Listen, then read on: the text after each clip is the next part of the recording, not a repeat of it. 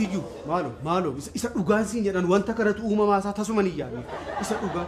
ani birrii miliyoona 5 argadha jedhee si yaadne har'a ganama yeroon hirribaa balaa kana irraan bu'a jedhee si yaadne maalin jedheenis hojiin deemuu qaba hojjettan deebi'a dhiisi tiyyu ko dhiisate hojii mitiiti ati aarteetta dhiis ani sammuu kee keessa si beekaa dhiisa maaliif naartuu dhiis aaruu qabdaam kana boba'uu qabda yuuti isa dhugaan siin jedhan kana keessa kan na buuse immoo gamtaadha isa dhugaa deddeebi'eesti meeraa mirko waa'ee gamtaa karaa gamtaa wantoota dhufanii irra deddeebi'eesitti meera wanti naarsummoon jirutti bareera waan hunduma isaa ati illee itti barte maatiin itti baruusa jedhuudhaan man na yaaddoon maatiitti kana himee attamitti itti baruusa jedhuudhaan na yaaddoon dhiisime maatii biras geeraa dhimmi kun maalaan sila maal harkana nyaate ka gammachuudha jedheeni maatiitti bilbilee heloo dhiisaa mana sana achitti qonna achi jiru horii achi jiru reettii sangaa hoolaa achi jiru dhiisaa kottaan jedhe maaliif asiin mana isinii bitaas keessa jiraattu kana booddee magaalaa jiraattuun jedhe gaa achi booddee maal jettee ati koommoo dhiisiin gurgurraa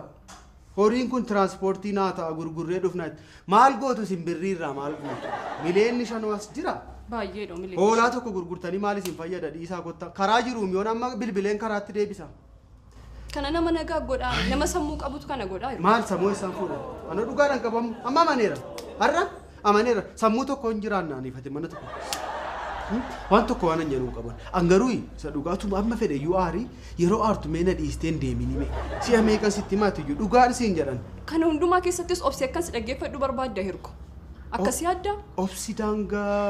qaba garuu dhiisimeen obsina jireenyi mee inuma yaaltaa in kuftaa inuma yaaltaa in kuftaa inuma yaaltaa in kuftaa dhuma irratti dhaabbattee hafta ani hirko iyyaalin siin hin jenne yaaluu kee miti kan nu muufachiise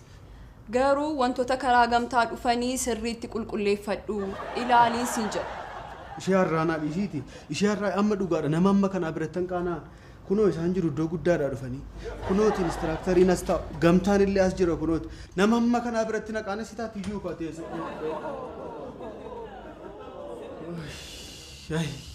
egaa kana caalaa si duukaa fiigee si karadhu akka barbaaddete what a generation